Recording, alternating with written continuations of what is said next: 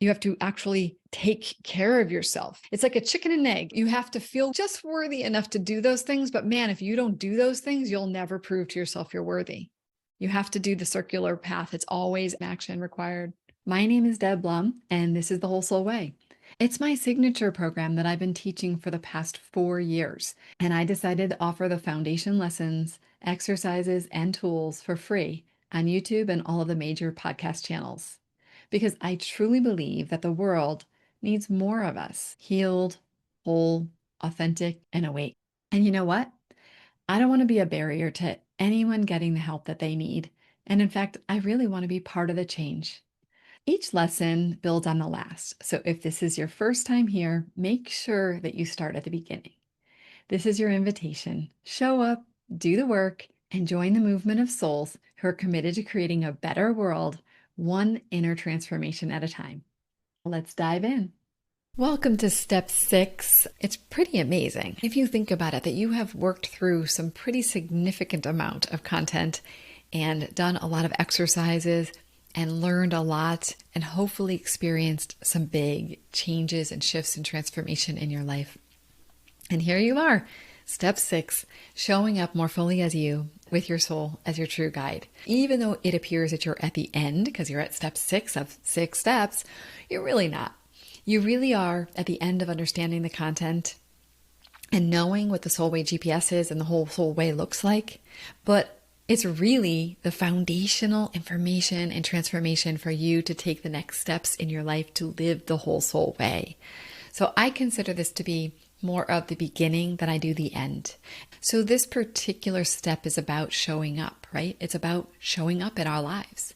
Because we can do a bunch of internal work, but if we're not bravely showing up in the world, then they don't really manifest as the transformations that we want. We really do need to take action. Sometimes we have to take action before we're even ready. Now, you may be thinking to yourself, I'm really good at taking action. I do a lot. And many of us do. We have been very good at getting things done and doing all the things that we should be doing, but often it's been based on external ideas of what we should be doing and things that other people expect. And we've been comparing ourselves maybe to others and doing what society says is right. But we haven't necessarily been doing what's right for us. And the reason why we didn't put step 6 earlier along the way is because what we really needed to do is come into greater acceptance of ourselves, soften our relationship with ourselves, love ourselves more, be kinder to ourselves, and to know ourselves better. Because it is in doing all of that that we then have the capacity and the awareness to be able to make sure that when we show up in the world, we're showing up the way we want to be showing up. So we're going to be talking about things like discipline and willpower, but I want you to know that this is a whole different framing of discipline and willpower because you're now coming from the place of self-acceptance, of kindness, of self-awareness, of a more regulated nervous system. You're in a different place.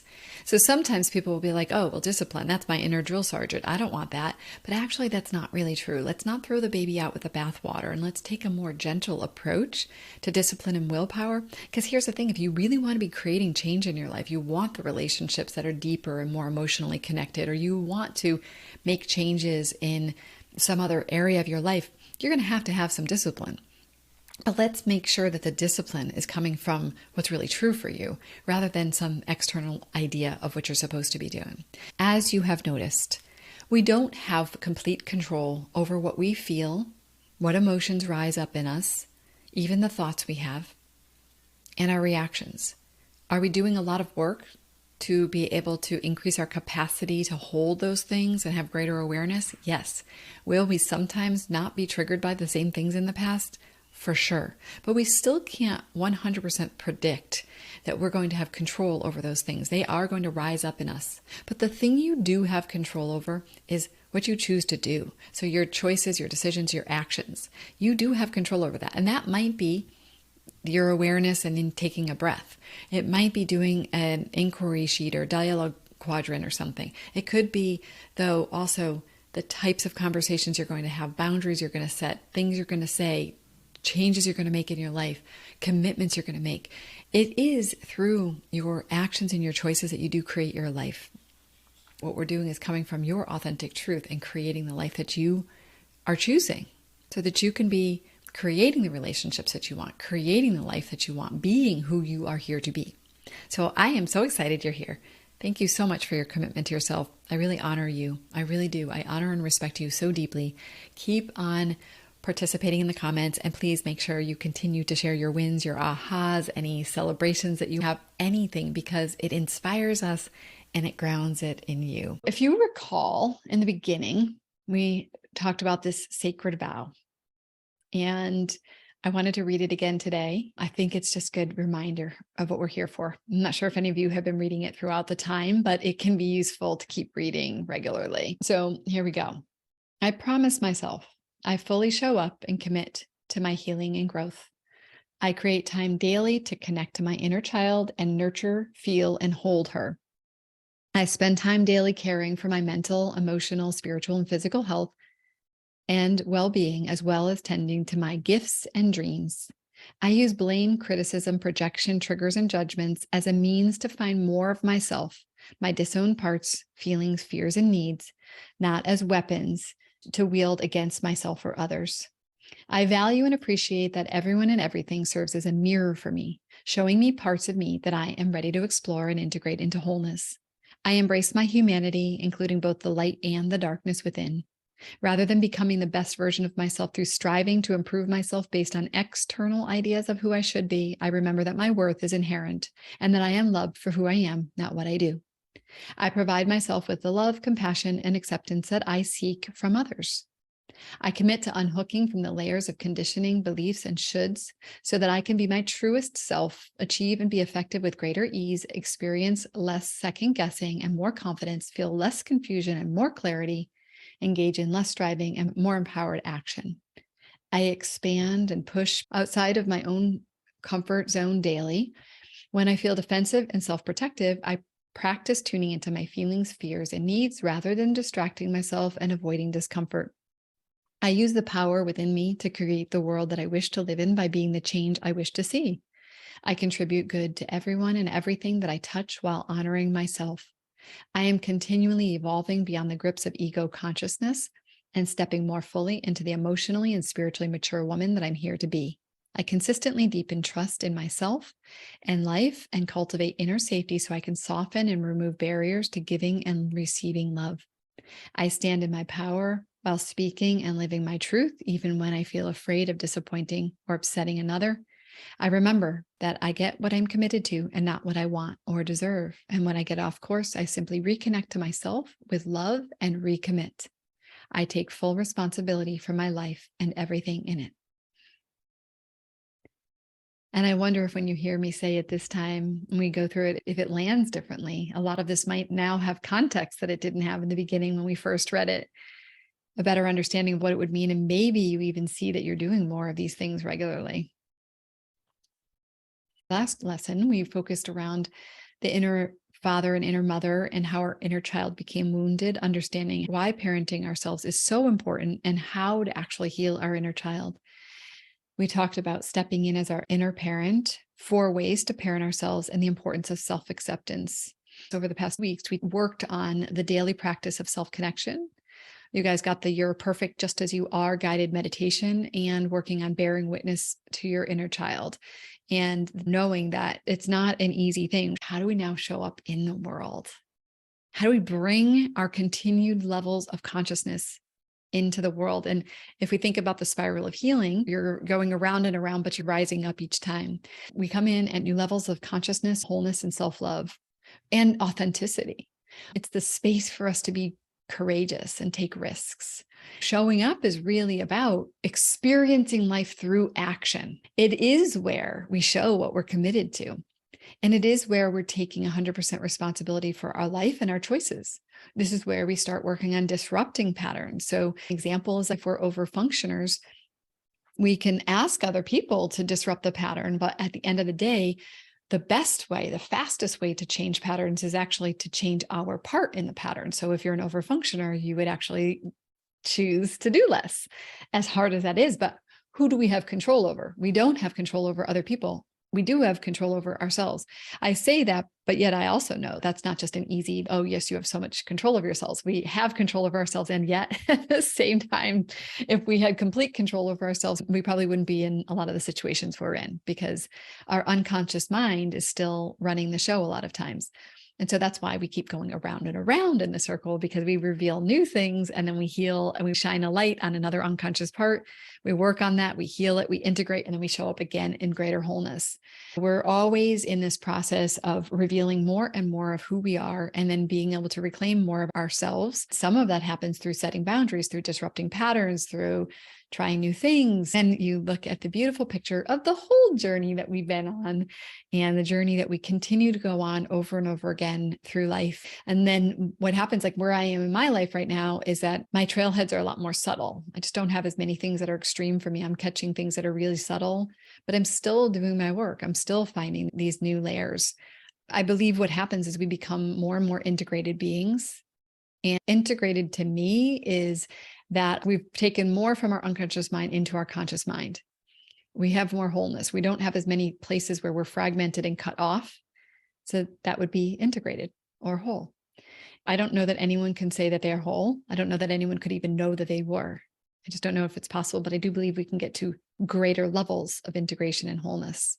And the way that we know that is when we are experiencing more inner peace, and that it's harder to ruffle our feathers from outside circumstances. And we live in a place of more, what I would say, loving without conditions. Many of us show up in lots of ways in our life. We're out there showing up, but we're doing what we think we should do, or what's expected of us, or what we think other people will be happy about. That's not what this is. This is about us increasingly showing up as you with authenticity and vulnerability. All right. So there's a big difference, because I would say most everyone here has shown up in countless ways in their lives. But this is really inching our way toward really showing up and revealing the true you. And that means that we have to be willing to take imperfect action. And we have to also be willing to take risks and be nervous. And sometimes we have to be willing to go against what our natural feeling of something is. I was just talking to my dad about coming out to visit here, and he's 80. And I said to him, Dad, you're going to have a conversation with your inner child, because your inner child wants to be lazy and doesn't want to fly anymore, but you know that you'll be happy when you get here. So I said, you might have to have a conversation with him and get him to see that it's what you really want, and you're just scared to get on a plane. And so it's exactly what we have to do for ourselves all the time, is be able to notice if this is in service to us being who we wish to be in the world, then we might have to do things even when we're scared. And we sometimes might have to, with love and compassion and gentleness, override the parts of us that want us to play small. So we also have to be willing to get it wrong and know that we can make mistakes and we could fail, and that we will learn from all of that. The opposite of showing up is usually being on autopilot, playing small, avoiding status quo, allowing fear to win, even reacting with our defenses, right? As we are showing up more and more, we are reclaiming new parts of ourselves, and then we are showing up from the place of more wholeness. And it's tiny incremental steps at times. And then other times it's big epic shifts that you're thrown off by, and you have to catch yourself because you can't believe how much you've changed. But here's the thing, they happen as a result of you doing the work. They don't necessarily have to happen because you forced something to happen. It's just things start to change, or you can't not do the thing that you're being called to. So along the spiral of healing, as you recall, the spiral not only goes up, it also widens, but it also stays at its depth. So when you are on the spiral of healing, you're expanding into more of who you are and your essence and your wholeness. You're deepening, more connected to yourself, to others, and life itself. And you're also evolving into higher levels of consciousness and to be more and more soul-led. This journey is all of the above.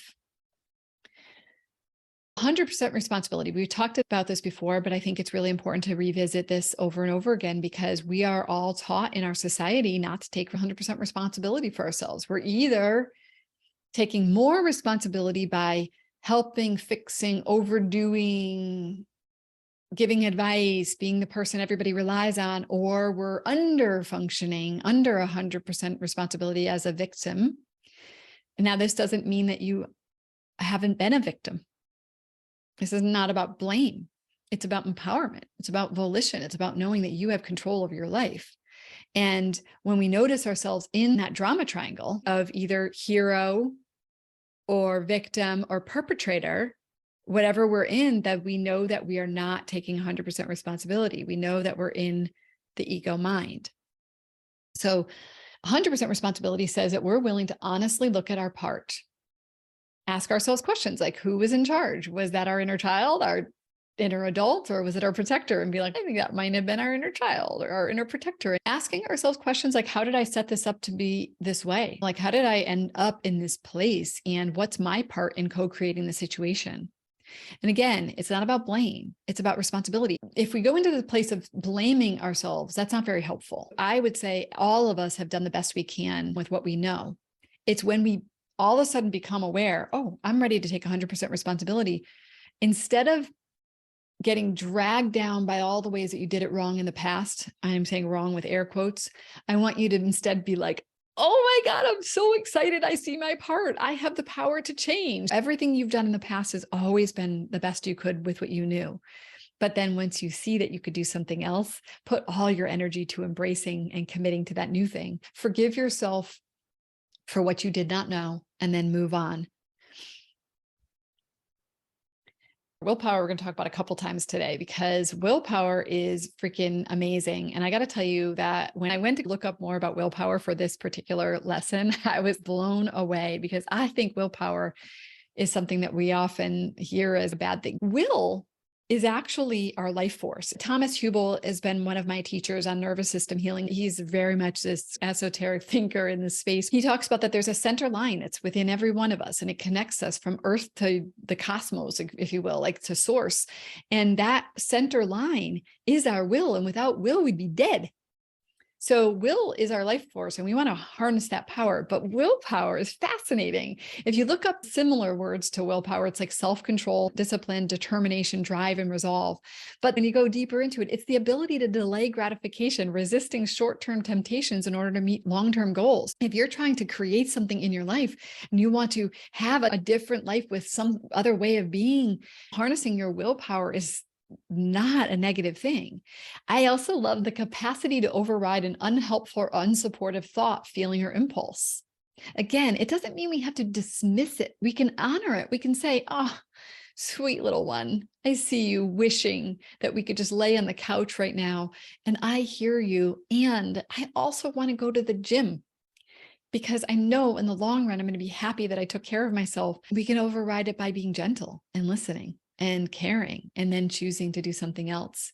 This is where we get into parts work, where we talk to the part that doesn't want to go and the part that does want to go and the part that has a little bit of foresight into the future, and we work together. And also the ability to respond and act rather than react impulsively and from emotion. Who doesn't want more willpower? Dang, I want to build the muscle of willpower now that I understand it that way. And the last one is my favorite, which is conscious, effortful regulation of the self by the self. That is, to me, magic. Basically, that's what we're doing here. We're learning how to be our inner adults so that we put effort toward the regulation of our inner child and our inner protector who are trying to get their needs met. We're either suppressing what they're saying or we're succumbing to what they say. And actually, neither one of them are useful. It's really about being the person who is the self who holds all of it and harnesses the power of our will to get what it is that we want in our lives. When we follow the whole soul way, we know that what we're really doing is following the soul's path rather than the ego's path. It's really using willpower to choose to follow the sometimes more difficult way of the soul. The soul is calling us forth to make choices and decisions in our life. And the ego is just, hey, we're not going to do that. We're going to just stay on autopilot and do the thing that feels easy and certain for us. So we do this partially by listening to our inner guidance system, which I call the soul way GPS, which is like all those trailheads, listening to them. But the soul way also is not one way. And that's the beauty of the soul way, is that the soul way is saying, what's our truth? What's our path? We stop listening and following only those ego strategies and shoulds and expectations and rules that are usually externally imposed upon us or torturing us. And we start to find our truth. And then that means we need to be brave, because sometimes our truth is going to go against what our culture or our family or society thinks is right. So it requires some bravery. But when we do follow it, it actually starts to unfold in front of us. I remember talking to Jose, the shaman that does the soul readings, and he says, it's like the yellow brick road. It unfolds in front of you. The more you're aligned to your soul's path, the more everything gets easier. And when you don't, life feels like hard work and it feels misaligned. And it's usually that misalignment, that's suffering and that struggle that is saying to you, hey, guess what? You're not going the right way. I'm trying to show you the right way over here. You keep on suffering. That's because you're not listening to the cues inside of me. I was reading a book by Martha Beck, and it's called The Way of Integrity. And it's so similar to the Whole Soul Way. And she talks about suffering is those rumble strips that are on the highway that like you drive on them. It's like a rumble strip. And when you're suffering, it's usually more of a sign to say, oh, wait a second, I must not be listening internally. Maybe I'm doing something that someone else expects of me. Maybe I'm doing something that is an unexamined belief of mine, and I'm not questioning that belief. So it's a constant journey of questioning beliefs. You say yes to go to that party, and then you're like, oh man, I don't want to, I'm nervous, I'm nauseous, I'm this. Maybe I didn't really want to go to that party. You start to question, is it that I don't want to go to the party? Is it that I don't like that particular person at the party? What's the reason why I don't want to go? We examine it. And maybe you end up saying you're not going to go. Or maybe it's because you're afraid that there's pressure to act a certain way, and you decide you're not going to act that way, and you're going to bravely show up as your true self tonight. I don't have the answers for it, but it's inquiry and questioning. And anytime you feel like there's suffering or something's not going smoothly, there's a really good chance that you are misaligned. And then what you resist persists. If you're resisting your soul's path, it's going to persistently be like, no, like coming back up against you.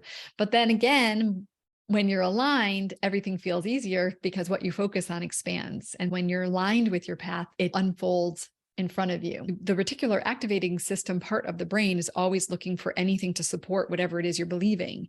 And so also, if you're believing that life is hard work and everything's hard, you're going to actually see those things, rather than when life starts to feel aligned and it feels easier, everything starts to feel easier because you start to notice how everything is easy. The integrated brain is what we really want, right? We're not talking about, oh, your primitive brain, that's bad. Like you shouldn't engage your primitive brain, or your limbic brain is feeling, no, I should transcend that. No, it's everything. We're using the neocortex, the prefrontal cortex, to be able to think through things. But I want us to have a primitive brain that can tell us if we're not safe in a heartbeat, because that's important. And your primitive brain also is telling you when you are believing things that are false. What I mean by that is you're believing that you're in danger because you're not worthy, or because you're scared to get on TikTok and record a video because it's dangerous.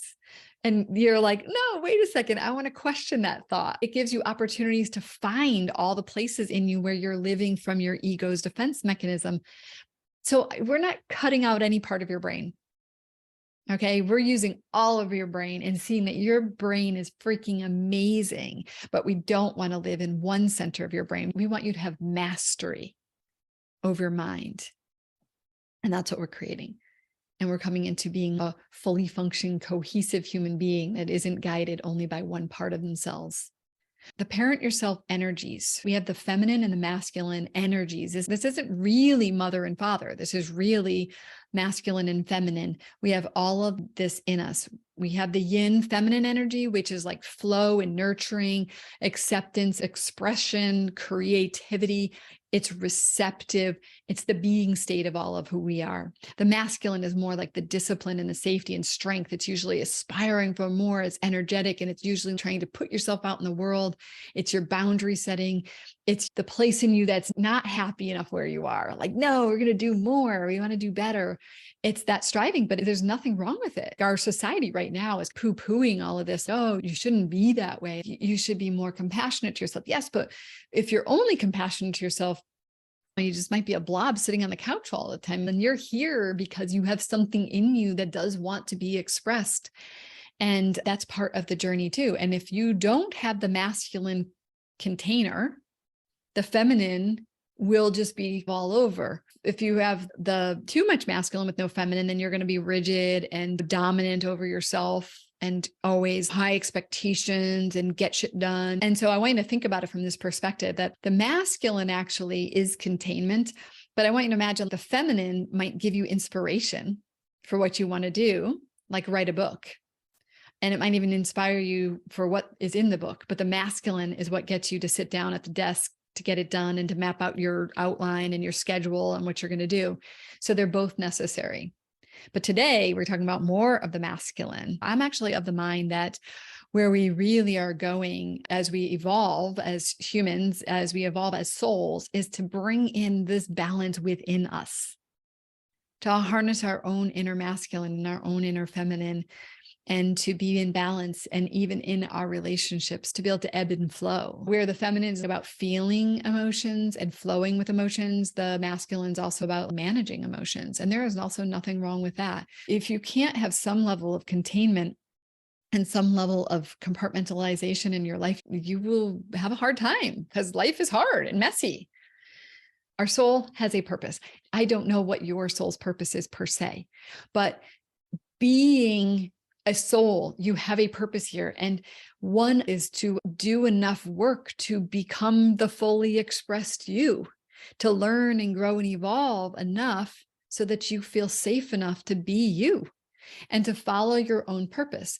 I don't believe that there's one purpose. I don't believe that you have one thing and that if you don't figure that out, you're not going to evolve. I do believe that we have many purposes, and the main purpose is evolution. The main purpose is to love more, to just be able to love more, to love ourselves more, to really be our truest selves.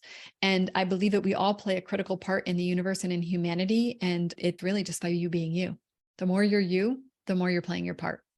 So why do we have a human body? If we didn't have a human body, we wouldn't be able to learn. So there are apparently souls who do not incarnate into a human body. It's apparently a gift to incarnate in a human body, because when you are a soul, you do have ultimate connection to love and source, but you come into the human body where you have the density and the limitations of your ego mind. And then you have to practice being this expansive, limitless soul contained within a body. And then our job is really to learn how to be that expansive soul within the body. And that's a lot of work, but that's what we're here doing. And the human body is necessary. It's a vehicle for your soul's learning. And people will say things like your soul's vessel and why we need to take such good care of our soul. Our human body does need to stay alive in order for us to express and expand and evolve. That's why we need the ego, because you are a physical body and a physical experience where there are actually dangerous things that happen. So you do need your ego in order to keep you alive. But our soul does speak to us differently, and we need to listen to our soul. And we often listen to our mind, and that is often our ego mind, but our soul is what's speaking to us. And our soul speaks to us through body sensations and through feelings and emotions and through even the circumstances that we attract. As I've been learning more about this idea that we can be the source of our own love and our own safety, and that we can almost need no one and have expectations of no one, I wondered, if that were true, then why do I need anybody? Why would I even want to be with other people? Why would I even want to be married if I'm going to be the source of everything of mine? And the reason is because the soul longs to express, and the soul longs to connect. Often our human is in a codependent state, trying to get other people to meet our needs, when our soul is limitless and has everything that it needs. Imagine if your human didn't need everybody else to do things to make you happy and to fulfill you. So you could be living from this limitless place. You'd just get to be happy with everyone. You'd have no expectations from anyone. You would just be in bliss with everyone. It's probably a little far-fetched for a lot of people, but I tell you, I'm surrounded by more people who are doing that. And I think it's the path. I think it's the path. So anyway, aligned action showing up requires discernment, self-trust, discipline, and containment. I would say willpower. The full expression of the soul ultimately does bring elation, enlightenment, confidence, fulfillment, and joy. The more the soul is able to express through your human body, which means authenticity, which means vulnerability, which means expression of love, expression of your creativity, the more levels of elation, enlightenment, confidence, fulfillment, and joy you will be able to achieve. As I've said, showing up is living your life in aligned action. And then as we do that, we then get triggered again. And we keep on doing more and more of that. And we keep getting triggered. I want you to remember life is always guiding you. So it's not just guiding you through trailheads as in the things that need to be healed, but also trailheads toward your soul's path. That's the other benefit of relationships. So your relationships also show you the places where you are not loving yourself. Your relationship shows you places where you are still defensive, where you're still disconnected from yourself. So you're in relationships and you're in the world, and that gives you more fodder for growth, and you keep going around the circle. And also we get to see what we're committed to by our results. So whatever our results are, like I was just on a call with a client, very addicted to complaining. And she agreed, she's committed to complaining. But what she wants is inner peace. But she's committed to complaining. She kind of likes complaining because complaining gives her connection. Because when she sits down with a friend and she talks about her complaints, she feels like they support her. She feels loved by them and all of that. And so we had to come up with other things. Like if you're committed to inner peace, what would that look like? And what could you do instead of complaining? But so often we're kind of like, I don't have what I want. I deserve inner peace. I've been a good person, but we don't do the things that it would take. We don't show up in alignment with the thing we want and commit to it. Often when I see people who are stuck, what I noticed over the years is that they're usually trying to show up before they've parented themselves, or in some way they're beating themselves up. For example, they want something, like they want to maybe stop complaining. Okay. So they want something and they want to show up in that way, but they don't do it from the place of understanding why they're complaining. They just tell themselves like, stop complaining, just stop it. And they're just demanding it of themselves. And then they wonder why they keep complaining, because there's actually a voice inside of you that needs to be heard before you can take the action. Anytime that you feel like you want to do something, you think you're really committed to it, but you're not able to get action, my guess is that you want to dive into a trigger trail buddy or a dialogue quadrant to understand what's actually happening in there. For example, for her, we had to work through that she's afraid that if she stops complaining, no one's going to remember her. Like it's her complaining and her negativity in her life that makes people remember her. And that if her life were going well, people would forget to reach out to her. They wouldn't think they needed to. So she has to deal with the part of her that feels worried that she's going to be forgotten. And she needs to tend to that part of her before she's going to be able to go there. And she has to know she can be the source of her own remembrance.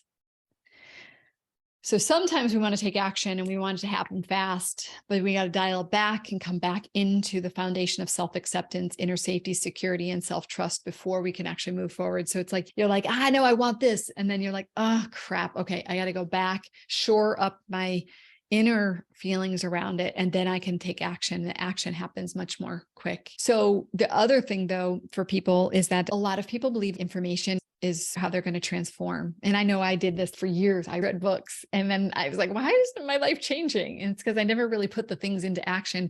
And one of the things I love about the Whole Soul Way is I feel like right from the start, it's about journaling and acting and like seeing the ways that we show up in our lives and trying to make the changes in our lives, because action is required for transformation, and action validates that we're worth it. Picture you're a child and you want to do something new. I'm a little girl and I really want to learn how to use the snowblower.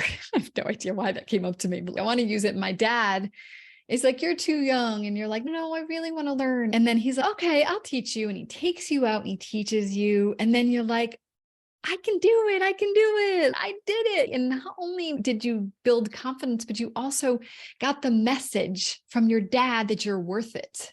You're worth the effort. You're worth the action. So when you take action, you say to yourself, I'm worth it.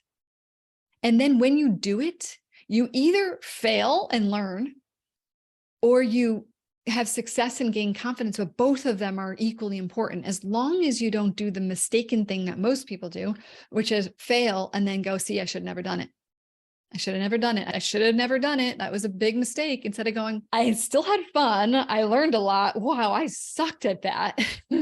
But I still want to keep doing it. And I'm not take failure, mistakes, not understanding, not having information as a sign of not doing it. No, I'm the creator and the initiator of my life. That doesn't mean that sometimes you don't decide I failed. And that's just telling me like, I didn't even like doing that. I don't even know why I wanted to do that. I just learned I don't want to do that. That's okay too, but you must have action. And I've said this about worth. In order to build worth, you have to spend money on yourself because you have to show yourself you're worth it. You have to actually take care of yourself. It's like a chicken and egg. You have to feel just worthy enough to do those things. But man, if you don't do those things, you'll never prove to yourself you're worthy. You have to do the circular path. It's always action required. Hey there, Deb here. Just one quick interruption. If you've been diving into the Whole Soul Way round 1, the foundation and core lessons, and you're finding that it's really resonating with you, that is amazing. Now, some of you will get so much out of this free content, and that will be enough. But if you ever feel called to take it deeper, or you think you'd like a little bit more support, just know that there is a whole journey waiting for you inside our full program. Joining the full Whole Soul Way container means that you'll be part of a community. Not just any community, a community of people who are incredibly committed to their journey, who are engaged, empathetic, and so inspiring. And this community and my leadership means that you get more support and contextualization to your own life. Also, you'll have access to rounds 2 and 3 and future rounds that I create, where we take what you've learned in the foundations and then practice applying it to the nuance of our lives. We experience deeper embodiment of the healing, and it really allows us to step more fully into this way of living. This is really where the deeper transformation unfolds, when you have the support you need, community, in a container that's really sacred and safe. So if this is speaking to you, I definitely would say check out the full program and see if and how we could support your growth on an even deeper level. You can check it out at thewholesoulway.com/program. Okay, let's get back to it. Jeff Foster says the amazing thing that's perfect for a lesson. So I just want you to know, though, this one has some swear words. So beware for your little tender ears. Okay. Make mistakes, fuck everything up, but live anyway. Taste failure, taste success. See how in the end they taste the same. They taste of you. They taste of life. They taste of the love you always sought. Live, make mistakes, fuck everything up. Say the right thing, say the wrong thing. Shake, sweat, let the heart pound. Find your edge and never abandon it. They will call you names: an idiot, afraid, deluded, mad.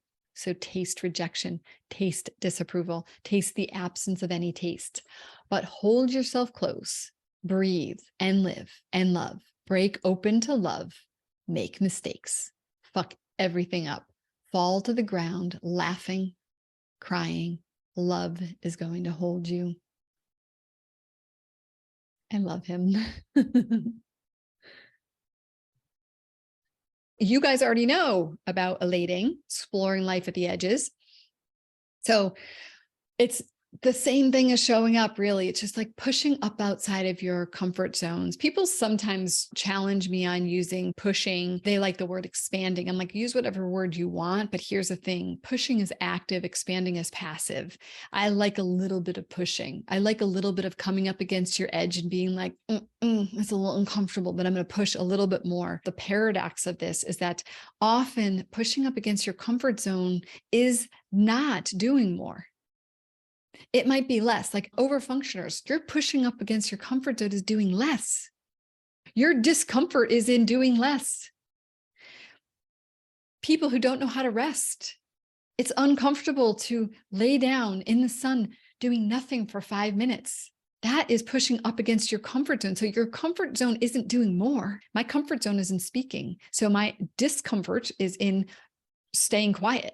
I have to go into meetings and sometimes be quiet, and I've practiced it. Now I can be in a group where I have an opinion and I don't need to share it. I'm all right with not sharing it. So we have to watch what's our personal edge. If your tendency is to be the one that never speaks up, yours is to start to speak up. I invite people sometimes who tend to be more people pleasing. I'm like, speak up, even if you're a total mess and you yell. That's your edge, is being out of control a little bit. So your edge is your edge, not what people say. When you're scrolling on Facebook and someone says something like, I'm going to try blah, blah, blah, and you look at their edge, make sure it's really your edge if you're going to try the thing that they're doing. Your edge is what you're looking for. Okay. And the last two things about this is that I want you to also know you got to watch for vulnerability hangovers, which is a Brene Brown thing, whereas you do something and then you come back and you're like, I can't believe I just did that. And the whole next day you're under the covers, hiding, wanting to apologize to somebody because you spoke up about something or because you didn't do the thing you always did or whatever. So vulnerability hangover are real, but call a friend or call one of us. And the other one is upper limits. Upper limits are when you have reached your level of your nervous system's capacity. As our nervous system expands, and as you keep doing this, I want you to imagine that you keep expanding. And as you expand, you can hold more and more. If you want to read more about upper limits, there's a book called The Big Leap, and it's by Gay Hendricks. And it's a great book about upper limiting. It's also about the zone of genius. Being brave and bold is part of what we're doing here too. They're just slightly different. Being brave is doing something even when you're scared. So even if you're really scared, but you speak your truth, or you allow someone to take care of you. Imagine that. Just anytime you're doing something different and you feel a little bit scared, but you do it anyway. But being bold is taking actions toward the life you want to create. It's usually intentional, thoughtful. I'm going to quit my job. You know, that's going to get you where you need to go. I think you often have to be brave to be bold, but bravery is more the energy of it, and bold is a little bit more taking the action. What's one of the most important things you can be doing is learning to trust yourself and building inner safety. The reason why we often react, don't do the things we want, don't set a boundary, feel judged, it's because we don't trust ourselves. So if someone judges us and we feel hurt by that, I'm guaranteeing you, for the most part, it's because we believe at some level what they're judging. If you feel like you need to defend something, it's probably because you still don't even feel sure about it yourself. And so you're almost defending it to yourself. So the more we trust ourselves, the more that we don't feel that we have to be defensive. We don't feel hurt by someone else's judgment. How have we been building safety so far? By filling our holes, right? By feeling less burdened by the pressure to pretend and follow external expectations, which means we're taking the parts in our backpack and saying, I really want to be me. I feel more whole. Every time you do inquiry, you're revealing something in your unconscious mind. The less unconscious material that you have, the less likely it is it's sabotaging your life. So we're coming into wholeness and integration. We come into resting in our own worth and knowing who we are and what's important. And then we cultivate this more solid sense of self. And then we realize that we can source trust from inside. And we can do things like tune into our heart and speak what I call the true, which is like not the true, which is usually the first layer, right? We're like, I'm mad at you. You shouldn't have done that. But the true is like, when that happened, I felt sad and my inner child got hurt and I was making up a story that you don't love me, that kind of thing. That's the true. Listening to our body and our gut to tell us what's a yes or no. Sometimes our gut, man, that can be like, it's like a big yes or a big no. And listening to that and then doing it. Watching for synchronicities, which some people call coincidences, but things that happen that you're like, isn't that interesting that that person just entered my life right now? I wonder what that means. Not everything means something, but a lot of things do. Acting with your mind and body in an aligned way. I want you to imagine that your heart, your feminine, might tell you what you want to do, but your mind, the masculine, is going to tell you how to get there. And remember that your soul's path is aligned with the greater good. So you can trust your soul's path because your soul's path is really connected. It's connected to all. Our emotions are guides. They're not the final decider. Okay. Emotion is what comes up, and it's the energy in motion, and it just arises in us. And then we have thoughts, and those thoughts are interpretations and perceptions that cause us to have feelings, which we then are like, my feelings are hurt, or I feel angry, or I feel something else. And I'm not discounting any of that. But what I want you to notice is that often what we do is we take our emotions, feelings, thoughts, and we use those as deciders in our lives. If you find yourself having the same emotions over and over again, for one, it's time for you to go in and see, is there something inside that needs to be held and felt? And that's your go inside and parent yourself's time.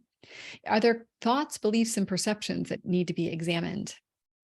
Is there a pattern that needs to be interrupted that causes you to feel this way? For example, if you're comparing yourself and then you always feel bad about yourself. So let's just say you're always feeling bad about yourself after you hang out with this particular friend. You're like, why do I always feel bad about myself? Every single time I'm stuck in this emotion of feeling bad about myself. And then you track it back and you go, oh, it's comparison. I keep comparing. Okay. So then it's maybe, oh, I want to interrupt that pattern. I don't want to compare myself anymore. Now you might decide, I don't want to be with that friend anymore because she actually says all these things and they're always critical and I need some space from her right now. Or it might be, I just need to know that when I go see her, that I have a tendency to compare and I have to soothe my inner child and tell her she's great just as she is and I love her. The reason why we don't want emotions to be the final decider, we want them just to be guides, is because emotions and thoughts are fleeting usually, and they're usually going to guide us to our safer choice, not to the choices that support what we want to be creating. The more that we take action toward the thing we really want, the more we prove to ourselves that we're safe, even when our inner protector, which is causing us to have alerts. No, this is a bad idea. Don't do that. That's scary. Don't do it. Oh no, that feels bad. When we say, I hear you, I love you, but we're going to try this anyway, because I actually know we're safe. My prefrontal cortex knows we're safe. And we go do the thing, and then we didn't die. We talked about that before, like the first time that you'd go out on social media when you were running a business and you put a TikTok out. And then after 2 days, you're like, I didn't die. I did it. I didn't die. It's the same thing on anything you do. Anytime you take a bold move and do something, like you say no to somebody, and you're usually the person who says yes to everybody. The day you say no, and then you walk away, that person's, oh, I totally understand. I've been trying to say no to more things too. And you're like, holy crap, I didn't die. I didn't die when I didn't people please. So we're telling our inner protector, honey, I know you think you have to say yes to everybody, but look, we didn't. We still lived. Because our inner protector literally goes to the place that you're going to die. And I want to say the other reason why I don't want us to take our emotions as like the decider is because you learned a ton of crap as a kid that's just bullshit. It's just not true. And we learn all like things like, cut off from your body so you can trust the world. Your body actually is the source of knowing whether you can trust or not. Or argue to create connection. These are just some examples of things that we say. Be mopey and depressed to get other people to change their behavior. Control everything to feel in control, right? Say yes, even when you want to say no, so you won't disappoint others and therefore you'll feel safe. You see the ways that we have learned messages and we internalize these messages. Those things are running our life. And so we have to go in and excavate these messages so that we can then know that we're making choices that really are in line with what we want and rewrite our story as empowered adults, because we interrupt the patterns that we learned as children. Discipline gets bad rap, but self-discipline is critical for our well-being. If you don't have self-discipline, you're usually going to be controlled by fleeting emotions or your inner protector. The alternative is determinism, where we're controlled by our emotional guidance system rather than letting it guide us, right? We actually have the power to determine the fate of our life. Our emotions rise up in us and they're valid. Everything we feel, everything we think, every emotion that comes up in us and every sensation in our body, they're all valid, but they're also valid to be questioned. They're valid to be held and honored and acknowledged, not just taken at face value. A disciplined person does take action regardless of how we feel and how uncomfortable it is. They do what they need to do to achieve their goals, even when it's hard and painful. They do what they think is right, even in the face of the temptation to stop. And they take thoughts of resistance into account, but they consider what to do more holistically. They realize it can be hard. They say, I really want to, whatever it is. If we go with the writing the book thing, it's, I really want to write that book. So I'm going to do the things that I need to do, even though they're hard to do. And I feel resistance right now.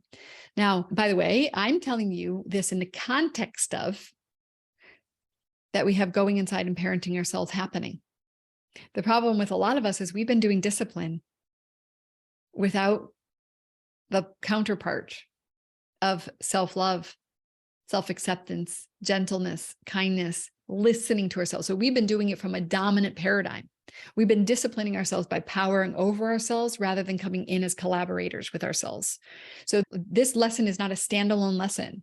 I wouldn't feel comfortable if you took this whole show up module out of context with the other things. I actually considered not even having show up in here and just having everything be about nurturing our soul from the feminine. But I believe that's missing something too. Yes, you want to learn that, but you also want to be out there doing what you want to do in the world. And do not mistake my lesson here as some standalone thing. And then I'm trying to tell you to discipline yourself. Every one of these actions should be with the relationship with yourself. So I was just talking to somebody who's talking about the Ironman, and he said that he's got a friend who does the Ironman, and he basically goes out there and he's just, don't be a pussy, just do it. I don't care how bad your body hurts. But he, on the other hand, is one of my mentors, says that he's out there running and his knee hurts him. And he says things like, hi, knee, I hear you. What are you trying to tell me right now? And he's like, I hear that you're in pain and you want to stop, but I really want to finish this. How are we going to do it together? And then his knee talks to him. He says, oh, you're sick of running in the same repetitive pattern and you want me to roll my foot instead. Listening to his body and listening to the cues, and, oh, I need more water. Okay, take a break. And instead, if he's not going to win it, he's okay with it. But in the end, he's probably going to be the one that wins it because he actually did it with collaboration of his inner parts instead of dominating his body and dominating his mind.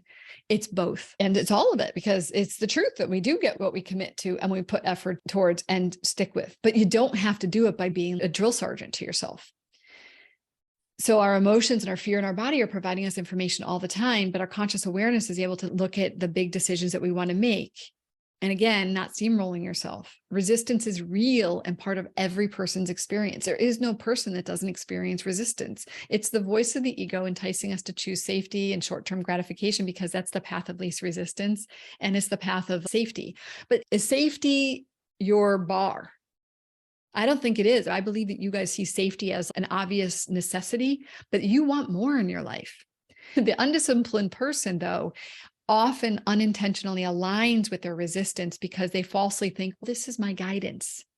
This is what my soul wants for me because my soul just wants me to be happy. And I don't want to go be with those people because they make me uncomfortable. That's why it's tricky. So I can't tell you that I have a perfect answer for you on what the right thing is to do. We have to learn how to trust our own intuition and guidance. But I will say this, your soul is not going to speak fear thoughts to you. Your soul isn't going to tell you that you have to avoid those people because they're scary. Your soul's much more expansive. Your intuition's more expansive. Your intuition is much more guided toward what's your highest evolution. That doesn't mean that your ego isn't important. Your ego might come up with alert, and you need to listen to that. But know it's your ego. Know it's your inner protector. I want to repeat this though. The undisciplined person may unintentionally align with their resistance because they falsely believe it's their truth or guidance or intuition. So I say to people, always work with resistance rather than obey resistance. So step in as your inner adult and comfort your inner protector and really just try to understand it. Do a friggin' dialogue quadrant, because you cannot just say that just because this feels right, my resistance feels right, that it is right. But on the other hand, you really can't make any mistakes either. So it doesn't feel good is an alert rather than a sign to not do it, because a lot of things don't feel good. Training for an Ironman does not feel good.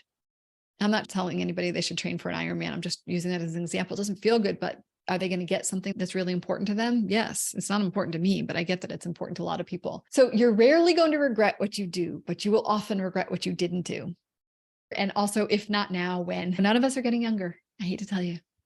Sucks, but it's true. Have you ever heard of Mel Robbins' 5-second rule? This is just something you can give a try. Okay.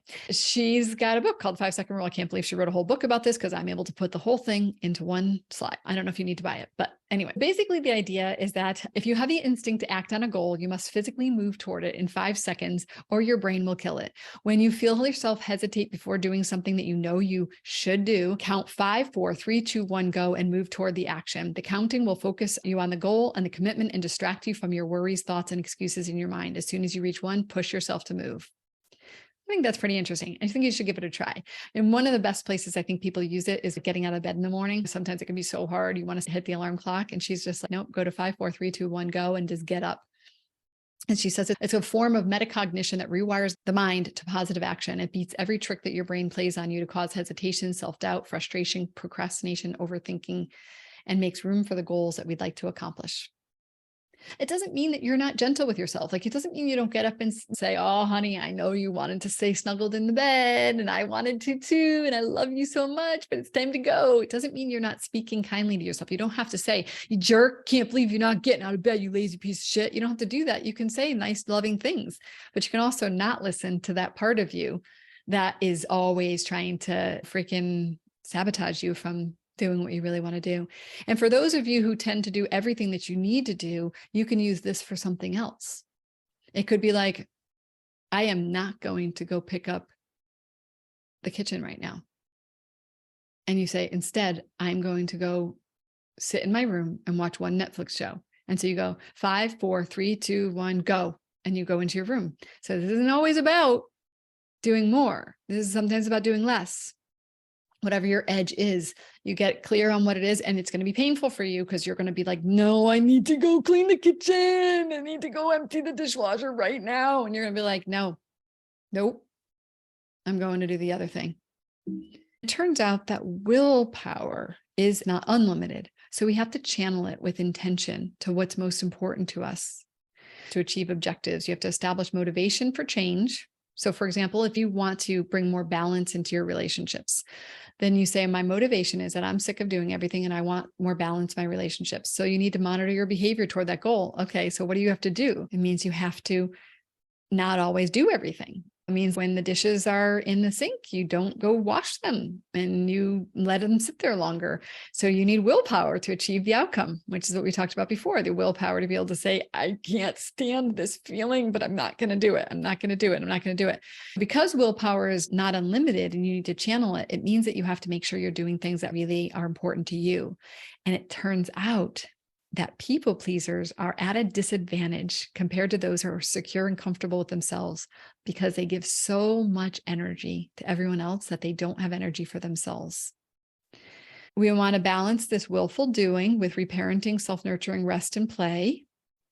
And we also want to feel our feelings and tune into our bodies while we're using willpower so we don't power through and steamroll ourselves. I can't emphasize that enough to all of you, that this is not about dominance. It's not about dominance. I want you to just picture when you want to get a child to do something, like you want them to get in the car or something like that. You can yank their arm, pull them in there and tell them to get in the car. Or you can get down on your knee and say, no, honey, you don't feel like going to school right now. And I bet you need an extra hug. What's going on? Talk to her, talk to him. And then together, go to the car as you work through it. And that's what I'm talking about. I want to talk about the theory of motivation and well-being. It's really fascinating. There's this thing called self-determination theory. I highly recommend that you look into this a little bit more. And there are links in the course to some of my podcast episodes that are on my parenting podcast that you may or may not know that I have, which is an amazing podcast, in my opinion, for not just parenting. It's just so much good stuff in it. It was me and my friend Jai, and he's such an amazing human being. And so there's a lot of stuff about attachment theory, and it's about raising emotionally healthy children. In there, we talk about self-determination theory. This theory has been studied across all genders, ages, cultures, race, and everything, and came up with these 3 psychological needs that we all have. One is autonomy, to feel in control of your own behaviors and goals. Connectedness or relatedness, which is a sense of belonging and attachment to other people. And competence, which is the ability to gain mastery over tasks, learn different skills, but also have the ability to affect their lives. So basically like the ability to impact their lives. And when you look at children, a lot of children are not thriving because they do not have all of these 3 things met. For example, my kids, I remember Jake was the person who I always went to when I had computer problems. Even if I knew more than him, I would go to him and be like, Jake, I can't figure something out. And so he would try to figure it out with me. And Josh was my person whenever I was cooking, like, Josh, I forgot how to do this. And even though I knew it, I wanted them to feel a sense of competence in the home, but also having autonomy. So we must allow our children to have the sense that they have control over their own behaviors and goals. And in this, I want you to think about yourself and your inner child. So I want you to think like you to you, right? Do you have autonomy? Do you feel you have connection and relatedness? And do you feel you have competence? And the competence, again, is not just the mastery of tasks and learning different skills. It's also the ability to affect your life. So when you get these three needs met, you thrive. Your vitality goes up, your sense of well-being goes up, and your capacity for and your amount of motivation goes up. But when you don't get these needs met, you languish. Your well-being goes down, you get increased levels of anxiety and depression and lower levels of self-esteem. It's not good. And so you must be paying attention to these three needs. If you look at a person with low levels of self-determination will probably blame other people, they won't take responsibility, they won't do anything different about it, they'll just hide out. But a person with a high level of self-determination is going to feel like they want to take ownership. They see their part in what happened. They make a plan for how they're going to make it better. They make apologies if they need to. They can stand in their power in that way. Self-determination is an amazing body of work if you feel inspired to learn about it. The reason why I brought this in here was, for one, because I think talking about motivation is really important, because I actually do believe motivation is a little bit of a funky thing. I don't actually believe we're usually motivated to do things. I think that motivation's a myth. I don't know if motivation's really the answer for a lot of things. I think it's discipline. Even, I don't know if you know this about sex with women, but most women, not all women, but most women actually don't feel like having sex before the act. They have to start getting into it before they feel motivated to be sexual. And if you're waiting around for motivation to have sex, and maybe you do, but a lot of women don't, a lot of times you can't wait around for motivation. You actually have to do it, and then you'll get in the mood. And it's the same thing. I don't feel motivated to go to the gym very often at all, or to work out. But once I start doing it, I'm happy I am. And I have motivation at that point. I think about this in the context of holding all of these, okay? Relatedness, autonomy, and competence. If you have a child who comes home and says, I'm the only one that doesn't know math facts, you can just go in there and stop at step one. Oh, honey, that must be really hard for you. What's it like to be the only one that doesn't know how to do math facts? But that's not going to help them very much. That's just going to give relatedness and connection. That could be nice, but the self-determination theory would say that they don't just need connection. They need autonomy and competence too. And autonomy is going to look something like, oh, I bet that feels crappy. Do you want me to sit with you feeling your feelings, or do you want to change the situation? So you give them a chance to decide. I just want you to feel bad for me. I just want you to feel bad for me and how hard it is. Or I want to feel bad, but then I really do need to get a plan, because otherwise I'm going to be the only kid who continues to not know math facts. And competence looks like, how can I support you? And then maybe they don't know, and you suggest something. Maybe you want to do math facts every night. You want to make cards for your math facts. The point is to be holistic in the way that we look at things. And the first step in almost everything is always going to be connection and relatedness, right? That's the first step. Someone wants to feel seen and heard. But then after that, we don't have to stop there, but we can ask for permission or consent on what we give next. But with children in particular, sometimes we do have to really round it out in this way. Steve Arboli says, it's time to care. It's time to take responsibility. It's time to lead. It's time for a change. It's time to be true to our greatest self. And it's time to stop blaming others. I think that's very true. And I think it is time for us to see that nobody's going to save us. Nobody's here to save us. That's just not how it's going to work. You are your knight in shining armor. The question is, how do we know what to do next? Is one of the biggest questions I get from people is, but I don't know what to do. And a lot of this comes from being in our body and being in our heart and really learning to trust ourselves. And we get more and more clear over time. But what I do notice is that we often get a clear action that we need to take based on like a welling up inside of us, almost like you can't not do it. I remember this one woman, she came to me, she had a final co-parenting session with her ex-husband. And the sessions had been going really terribly. And he was being the jerk that he had been all through their marriage. And she was feeling this strong impulse. Basically, she said, I'm practically in the corner shaking every time I have these calls. It's traumatic for me. And I don't know what to do. All I can think of doing is I need to tell him I can't do it anymore. And I don't want to go to this. I said to her, well, you sure that's really what you want? What are you actually scared of? And it turned out that what she was really feeling was that she wanted to stand up for herself. But standing up for herself was so scary that she just couldn't do it. So her soul was calling her. Remember the trigger timeline? Her soul was calling her to stand up for herself. But her ego was like, just go hide. But the problem is when she was hiding, she was shaking because every part of her that was welling up was a tug toward have to stand up for myself. But her ego and her protector was like, no, it's too scary. Don't protect yourself. Just don't ever go again. And I'm telling you, she wrote this letter that she wanted to read to him. And so we did this together. And I said, okay, write the letter. She writes the letter and I look at it and I'm like, okay, we're going to take out a lot of the stuff that's in here because a lot of his stuff was blaming him. And I'm like, all I want you to do is share your experience, your truest truth. So she did. And one of the things she said was that if things don't change in this setting, that we're going to have to communicate with a mediator from now on.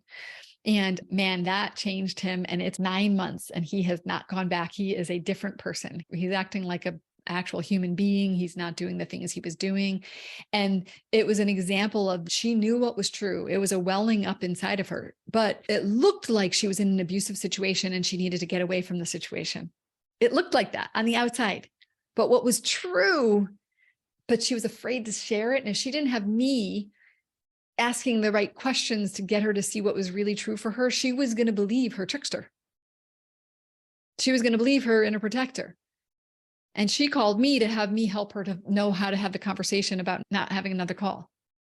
But she knew that's not why she called me. She thought that's why she called me, but her soul called me to take the action that needed to be taken. You know, she says to me every time I talk to her, she says to me, I still can't believe he's being a good guy. I can't believe it. I can't believe that changed everything. It happens all the time. One little change has a ripple effect. It's about being aligned in our truth and what's integrity and right for us. So it's not easy. But what happens is often we literally can no longer do the thing we used to do. We can't self-abandon anymore. My kids would sometimes say certain things to me and I would be like, that's a no. That's just a no for me. So either you stop or I'm walking away. It's up to you, but that's a no for me. And I like to say that's a no for me because it feels a little bit more like a clear, am I a yes or am I a no? It's not, do I feel like I want to do it or do I not know? I'm a no. I am a no right now. Not this is a no. I am a no.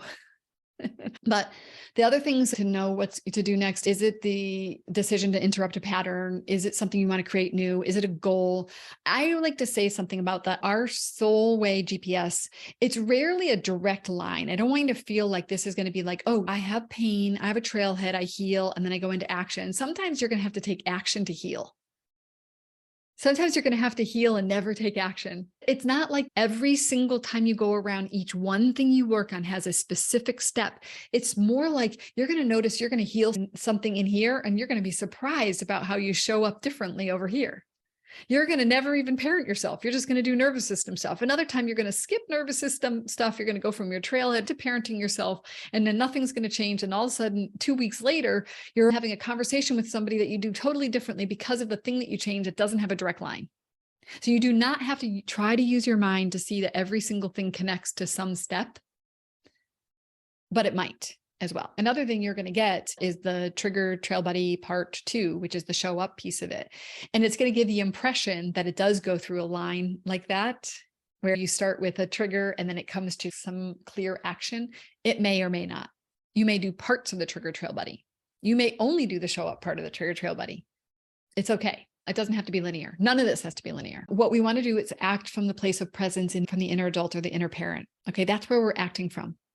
We listen to the wise self, the soul, the inner protector, the inner child, all the parts. But at the end of the day, you're still a human being, and that's where you're going to act from. Over time, you will start to become more aware of your triggers in the moment and increase your capacity to stay present even when triggered. We want to be honoring our feelings. I like to say that everyone gets a say, but they don't necessarily get their way. You don't have to cut off from them. You can put your ego in the backpack and your inner child in your front carrier, and you can carry them with you, holding everyone as you take action in your life. This is the culmination of all of what you've learned so far. This is really taking of every piece of this and bringing it forward. No one of these things stand alone, and yet every one of these things can be acted alone, especially as you're living the whole soul way. I want you to remember to take it slow and self-soothe and take action and acknowledge your baby steps. I promise you that if there's a moment in time where you think you're not making progress, any one of us would be able to tell you that's not true and help point out the ways that you are. I want you to be gentle and forgive yourself. As you notice your new capacity, you may judge yourself. One of the things that happens often is a person will do something like, you'll learn something new, you'll have this greater awareness, and then you'll be like, I can't believe that I did all those things before. I can't believe I did that. I can't believe now that I know better. Why was I doing that before? And I have to say that is not going to be helpful, because you literally couldn't have done better. I promise you, if you could have done better, you would have. You couldn't have. So you have to forgive and you have to move on and be really gentle. And I also want you to know that showing up might look like starting a new business or launching a podcast or getting a divorce or getting married or dating or something. It can look like all kinds of things, but it also can look like taking the next step on your healing journey. It can also look like doing a trigger trail buddy. It can also look like reaching out for help. It can look like a lot of things, and it doesn't have to look like something in the outside world in the way that I'm describing and we've been describing so far. I would just say thank you to all of you. Thank you for your commitment to yourself on this journey, your commitment to humanity by you doing this work. You are part of the solution by doing this. And Nelson Mandela has a message for us that I've learned that courage is not the absence of fear, but the triumph over it. The brave man is not he who does not feel afraid, but he who conquers that fear. And that is what we are doing together, my friends. Our upcoming exercises are going to be setting intentions and building habits, even setting intentions around your personal growth work. I highly recommend you have an intention around that. What are you committed to? Getting clear on what are you committed to?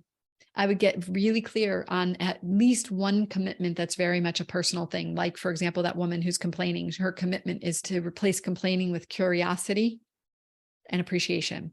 She got very specific. You have to get very specific about what you're going to do, because commitments mean that you actually know what you're going to do. Not only what are you not going to do, but what are you going to do instead? And then you're going to get the part 2 of the Trigger Trail Buddy. Okay, well, that's a wrap on that steps foundational lesson. Let's just pause for a moment, though, because this next part matters more than you might realize. You've just absorbed some powerful lessons, and I know how tempting it is to just hit next and keep learning, to gather more knowledge and more insights and more understanding. I know that feeling, but here's the truth. I've learned in my own experience and after years walking alongside many people on this journey, wisdom without action is just information, and information alone doesn't change our lives. Think of it like this. You wouldn't go to the gym, watch someone else lift weights and expect to get stronger. The transformation happens when you pick up the weight. These exercises, well, they're your weights. They're where the real work and the real magic happens. So here's what I'm inviting you to do next. If you haven't already, go download the exercises workbook at thewholesoulway.com/workbooks. You'll notice that there are 2 workbooks available for each step, one with the lesson content and one specifically for exercises. Make sure you grab the exercises workbook, because that's where the inner work part of this lives. And here's something else important for you to know. Some of the exercises, they only appear in the workbook, and some of them only appear on audio or video, and that's why you need both. And for those of you who like guided experiences, I've also created some supporting meditations on Insight Timer. You can go to insighttimer.com/Deb Blum. Sometimes we need that gentle voice guiding us deeper, and I'm really excited that these meditations are now on Insight Timer for you as well. Now, I want to remind you of something I shared in the Why the Whole Soul Way episode, and that is about the universal law of fair exchange. This program is free, and I've made it that way intentionally because I believe everyone should have access to what I'm teaching. But energy still needs to be balanced so we don't sabotage our own potential for transformation. One of the most powerful ways that you can honor this exchange is by actually doing the exercises, by truly showing up for yourself, and by doing the inner work. That's the exchange. I give you the lessons, the tools, and the exercises, and you do the work. And that's how we keep this energy flowing. That's how we honor what we're creating together. And if you feel called, another beautiful way that you can balance this energy is to share it with somebody else that you feel could benefit from it. And I would love it if you would rate and review the podcast, or like and subscribe if you're watching on YouTube. This is the way that we can create ripples of transformation together. One awakened soul inspiring another.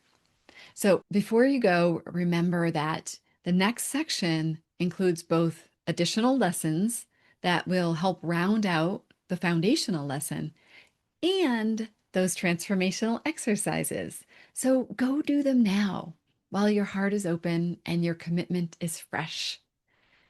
Your transformation is waiting for you, not only in the next lesson, but in the work that you're about to do. So as you do the exercises, I would love to hear from you. Feel free to leave a comment on what you've learned or what your experience is like. Okay, I'll see you in the exercises.